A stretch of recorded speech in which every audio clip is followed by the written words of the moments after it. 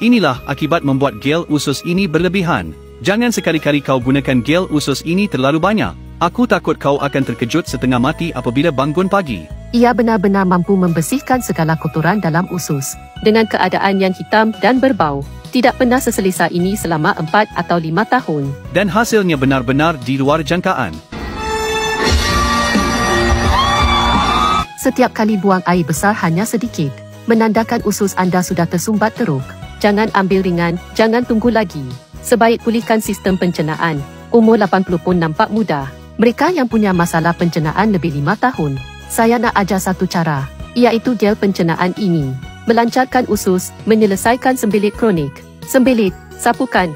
Najis keras, sapukan. Susah nak buang, sapukan. Najis tersimpan lama, sapukan. Mulut kering, selera makan hilang, sapukan. Muka kuning, tidur tak lena, sapukan sahaja. Gel ini ada bahan polimer khas untuk sembelit. Dikhas untuk mereka yang ada masalah. Untuk kebajikan rakyat, kami buang pengedar perantara. Tiada markup harga. Terus post ke rumah anda. Klik pautan bawah untuk maklumat. Kalau tak sembuh, tunjuk video ini. Gastrik atau usus teruk macam mana pun. Sudah cuba mana-mana pun tak sembuh. Jangan buang duit lagi. Dengar nasihat saya, cuba gel ini. Harga murah, ramai terus scroll. Keluarga kata jangan jual. Tapi saya nak lebih ramai tahu betapa berkesan. Sapukan setiap hari kat pusat. Bahan aktif serap ke dalam usus. Mereka yang dulu rasa mahal, jangan lepaskan peluang. Terus dari kilang, post free. Cuba benda ni. Cuma sapunya sekali sehari. Badan bersih dan segar. Hanya dengan harga satu hidangan. Selepas disapu, seluruh badan rasa ringan. Masalah pencernaan yang teruk pun takut dengan benda kecil ni.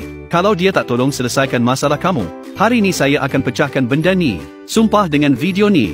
Semalam sapu sekali. Seharian buang air besar 4-5 kali. Ini bukan ciri pirit. Ini betul-betul boleh buang sampah dalam usus kamu. Malah hitam dan busuk. Cara dia mudah je. Benda ni boleh dikatakan terkenal dalam kalangan ramai. Terutama sekali bagi mereka yang perit nak buang air besar. Tak lancar pencernaan. 2-3 hari atau 4-5 hari baru sekali pergi tandas. Atau kena mengepam setengah jam baru boleh keluar. Cuba Lydia. Tolong seimbangkan fungsi pencernaan. Lancarkan buangan. Bagi yang air besar keras dan sedikit. Susah nak teran. Usus tersumbat. Najis lama tersimpan. Malah perut buncit dan sakit. Badan kurus tapi perut besar. Kena berhati-hati dengan kelemahan fungsi pencernaan. Metabolisme yang lemah. Ini gel pencernaan yang disyorkan oleh Kementerian Perubatan Tradisional Kebangsaan. Produk khusus untuk seimbangkan masalah pencernaan. Sapu terus je. Susah nak buang air besar. Kawan-kawan yang dulu kata mahal. Kali ni jangan lepaskan peluang. Sekarang terus dari kilang. Free post sampai rumah. Cepat klik pautan tengok sekarang.